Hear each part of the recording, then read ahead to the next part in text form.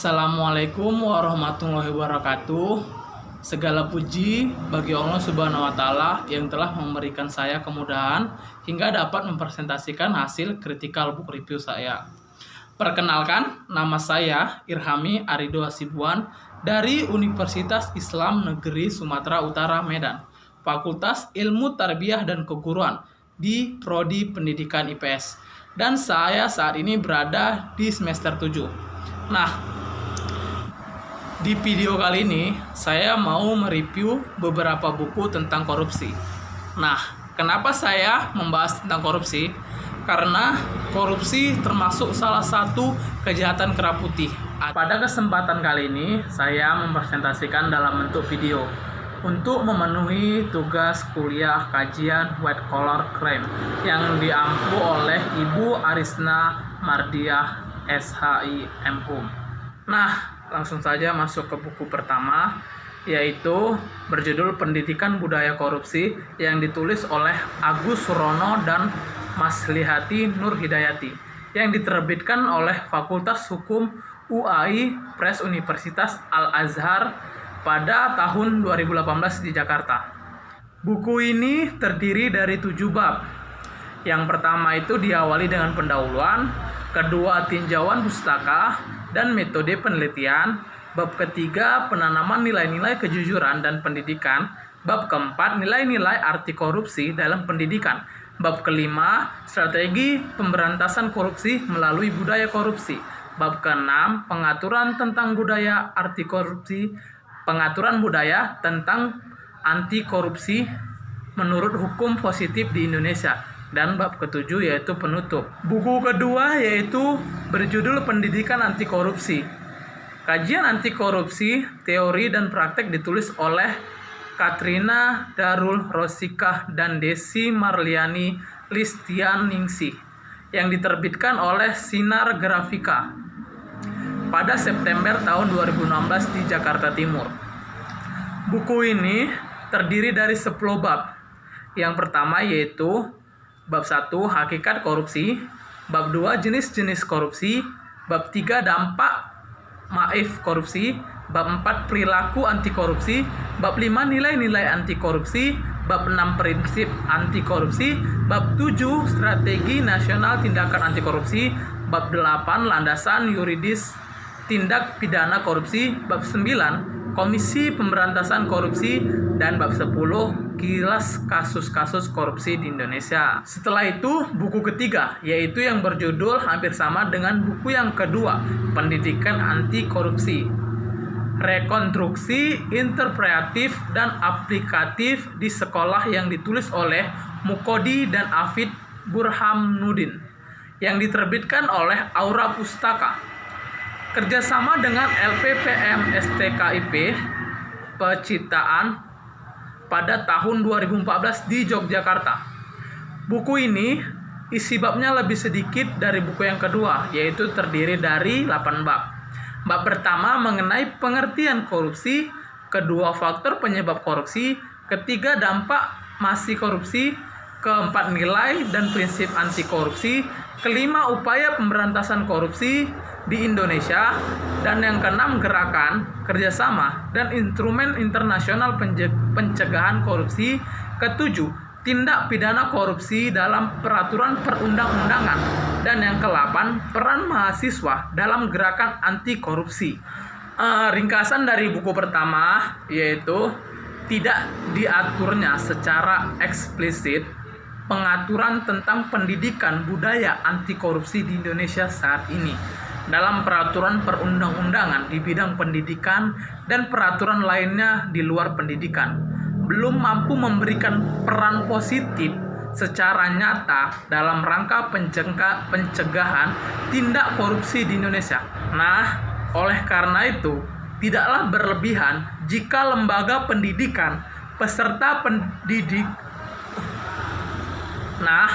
oleh karena itu, tidaklah berlebihan jika lembaga pendidik, peserta didik, dan mahasiswa sebagai salah satu bagian penting dari masyarakat yang merupakan pewaris masa depan bangsa diharapkan dapat terlibat aktif dalam upaya pemberantasan korupsi di Indonesia.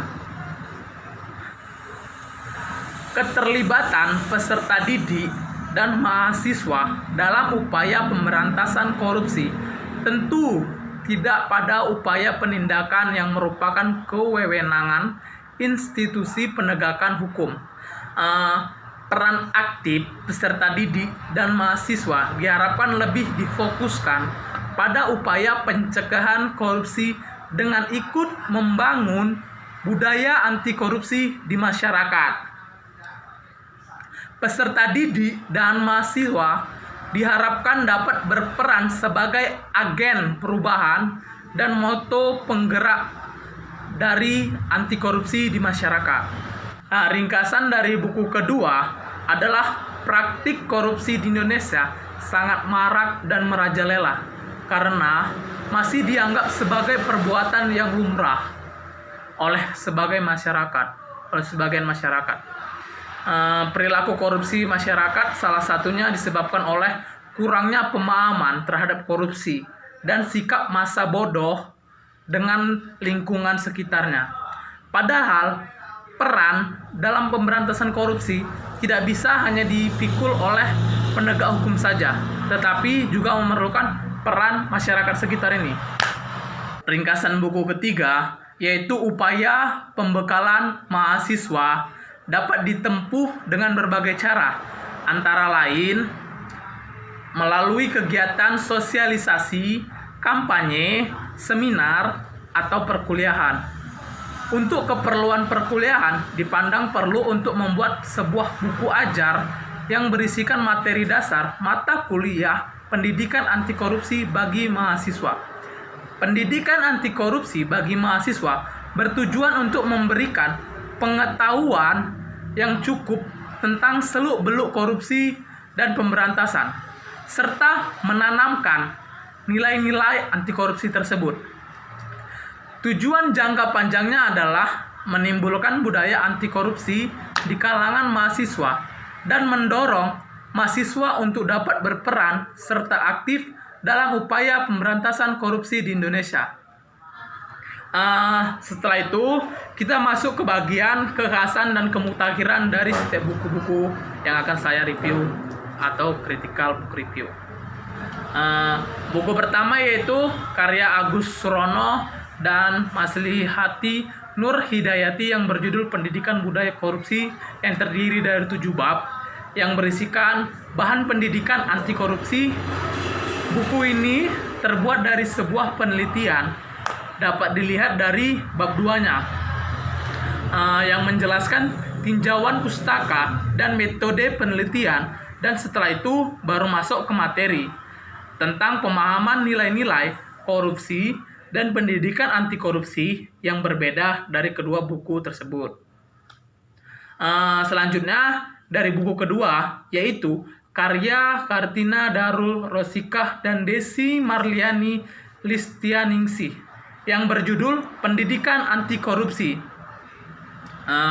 Kajian anti korupsi, teori dan praktek terdiri dari 10 bab yang berisikan bahan ajar dasar.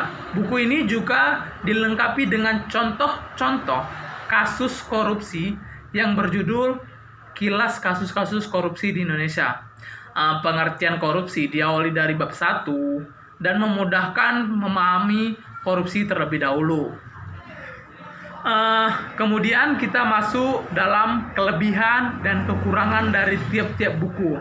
Yang pertama itu ditemukan kelebihan dan kekurangan buku. Kelebihannya itu dari buku ini dapat dilihat dari segi covernya. Buku ini lumayan bagus dengan berwarna kuning dan bergambar tangan. Yang satu memberikan uang dan yang satu lagi menolak uang. Dari segi isi buku ini sudah cukup bagus. Bahasa yang digunakan dalam buku ini mudah dipahami. Kekurangannya di dalam buku pertama ini dapat dilihat karena buku ini dibuat dari sebuah awal penelitian. Jadi penulisan isi di dalam buku ini tidak seperti penulisan buku biasa yang biasanya. karena margin yang digunakan seperti pembuatan makalah. Sumpah, di dalam buku kedua ini saya temukan kelebihan dan kekurangan bukunya. Kelebihan buku ini dari segi covernya cukup bagus dengan warna merah dan putih. Terus ada juga gambar tangan memegang duit yang diborgol dan ada tulisan no. Dari cover sangat bagus, sudah menggambarkan dari judul buku tersebut. Di dalam buku ini memiliki pemaparan yang jelas dalam dan memiliki 10 bab. Setiap bab menjelaskan dari judul yang singkat dan tepat sehingga mudah dipahami pembaca. Sehingga menurut saya tidak terlihat kekurangan dari buku tersebut. Kemudian buku ketiga, kelebihan dari buku tersebut dari segi covernya menarik dengan warna merah dan memiliki gambar tangan yang ingin mengambil uang. Dari isinya secara keseluruhan lumayan komplit, bahasa tentang korupsi dari sejarah korupsi sampai adanya pembelajaran anti korupsi yang membuat para pembaca lebih mudah memahami isi buku karena bahasa yang digunakan tidak bertele-tele. Dan juga terdapat beberapa gambar di dalam buku tersebut mengenai sindiran masyarakat terhadap pemerintah. Adapun kekurangannya yang saya temui yaitu penulis di dalam tabel kurang rapi. Terdapat hanya pada satu tabel saja, selebihnya sudah bagus. Dari beberapa kelemahan yang terdapat dari ketiga buku yang dipaparkan oleh saya tadi, maka saya dapat simpulkan dan rekomendasikan diantaranya sebagai berikut. Yang pertama, buku pertama itu terdapat kekurangan yaitu dari penulisan isi buku mengenai marginnya. Sebaiknya digunakan margin seperti penulisan buku pada umumnya. Yang kedua, buku kedua tidak terdapat kekurangan, jadi tidak ada rekomendasi untuk buku pertama. Buku ketiga ini ada terdapat sedikit kekurangan yaitu pada satu tabel yang memiliki tulisan spasinya jauh sekali. Sebaliknya, tabel dilebarkan sedikit agar tulisannya tidak terkena spasi yang jauh dan tulisannya menjadi bagus dilihat. Dari ketiga buku tersebut dapat saya simpulkan bahwa buku-buku ini memberikan begitu banyak harapan bahwa korupsi sangat bisa dilawan dengan pendidikan yang kritis, gagasan, konsep, dan kisah-kisah pedagogi kritis anti korupsi. Dalam ketiga buku ini sangat inspiratif. Ketiga buku ini sangat perlu dibaca, tidak hanya oleh para mahasiswa dan guru yang mengajar di pendidikan anti korupsi, tetapi juga para guru pada umumnya, pejabat sekolah, dinas pendidikan, dan masyarakat luas. Baiklah, itu saja yang dapat saya sampaikan dari hasil critical book review saya. Semoga dapat dimengerti oleh teman-teman yang menonton. Dan saya mohon maaf jika ada kekurangan dalam penyampaian kata-kata saya. Semoga bermanfaat bagi yang mendengar maupun bagi yang menonton video saya. Terima kasih. Assalamualaikum warahmatullahi wabarakatuh.